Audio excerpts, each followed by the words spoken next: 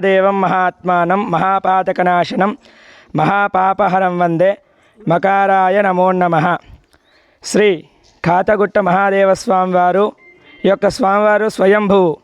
ఈ యొక్క స్వామివారు ఆ యొక్క మునిశ్రేష్ఠులందరూ కూడా ఏకమయ్యి ఇక్కడ జపం చేసుకొని స్వామివారిని ప్రత్యక్షం చేసుకొని ఇక్కడ స్వామివారు వాళ్ళ కోరిక మేరకు పిలిచి ఆ కలియుగంలో భక్తులందరినీ కూడా ఆ యొక్క వారి యొక్క కోరిక సమస్యలన్నిటినీ నివారణ చేసేవాళ్ళు, అన్నిటినీ తీర్చేవాడు బ్రహ్మాండంగా.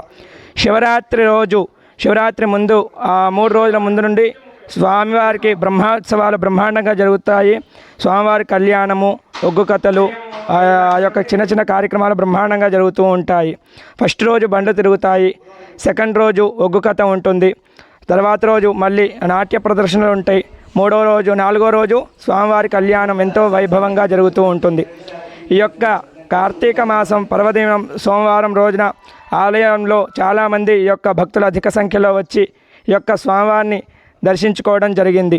మరియు ఈ యొక్క స్వామివారి సన్నిధిలోనే జలబుగ్గ అని ఉంటుంది. ఆ యొక్క జలబుగ్గలో ఎప్పుడూ నీళ్లు వస్తూనే ఉంటాయి. 24/7 365 days ఎప్పుడూ నిరంతరం వస్తూనే ఉంటాయి. ఆ యొక్క స్వామివారి ఎక్కడి నుండి వస్తాయో తెలియదు. ఆ యొక్క నీళ్లు జలం ఎవరైతే స్వీకరిస్తారో, అనారోగ్యంగా ఉండే వాళ్ళు ఎవరైతే స్వీకరిస్తారో ఆ యొక్క రోగ బాధలన్నీ కూడా నివారణ అవుతాయి. ఈ యొక్క స్వామివారి ప్రతిష్ట వైభవం ఏంటంటే, ఇక్కడ ఎవరైతే అనారోగ్యంగా ఎవరైతే ఉండి ఇక్కడ నిద్ర చేస్తారో అప్పుడు స్వామివారు ఈ యొక్క వాళ్ళకి ఆ కళలో వచ్చి కొంతమంది 11 రోజులు నిద్ర చేస్తారు, కొంతమంది 21 రోజు నిద్ర చేస్తారు, కొంతమంది మండలం అంటే 41 రోజు కూడా నిద్ర చేసే వాళ్ళు కూడా చాలామంది ఉన్నారు. ఆ యొక్క స్వామివారు కళలో వచ్చి వారికి ఆ యొక్క అర్చకుడు రూపంగా ఎవరన్నా ఒక రూపకంగా వచ్చి తీర్థం పెడితే ఆ యొక్క రోగం అనేది మొత్తం నశించిపోయేదంట. చాలామంది కూడా ఇక్కడ నిద్ర చేశారు, ఆ యొక్క రోగం కూడా నశించిపోయింది. ఒకవేళ ఎవరైనా గుట్ట నుండి ఎవరినైనా నెట్టేస్తే వాళ్ళు మాత్రము ఆ తర్వాత రోజన్న కాలం చేయడం జరుగుతుంది. 7:30కి స్వామివారికి పంచామృతాలతోటి రుద్రాభిషేకం జరుగుతుంది. తదనంతరం స్వామివారికి హారతిచ్చి తీర్థప్రసాదాల వితరణ. రోజు బ్రహ్మాండంగా శివార్చన, శివాష్టోత్రము చేస్తూ ఉంటాము. దినదిన అభివృద్ధి కూడా జరుగుతుంది. త్రాగడానికి మంచినీళ్ళు సదుపాయము, భక్తులు అందరూ కూడా ఏకమయ్యి త్రాగడానికి మంచినీళ్ళు అడిగితే స్వామివారి వాళ్ళ మేరకు ఆ యొక్క డ్రింకింగ్ వాటర్ కూడా సిస్టమ్ పెట్టడం జరిగింది.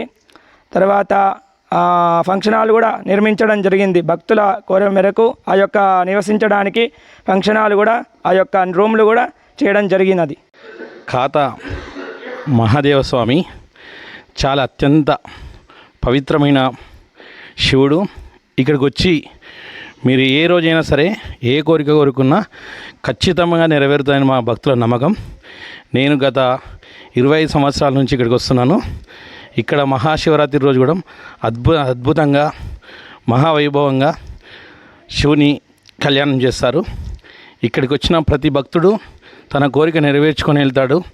ఇక్కడ స్వామివారికి ఖాతా ప్రజలు కానీ, ఇక్కడికి వచ్చే భక్తులు కానీ, పూజారి కానీ చాలా భక్తి శ్రద్ధలతోటి మనము కోరిక నెరవేర్చుకుంటారు. కాబట్టి భక్తుల నమ్మకం ఇక్కడికి వచ్చి అందరూ వారి యొక్క పంట ధాన్యాన్ని కానీ లేదా వాళ్ళ కోరికను కానీ నెరవేర్చుకొని వెళ్తారు.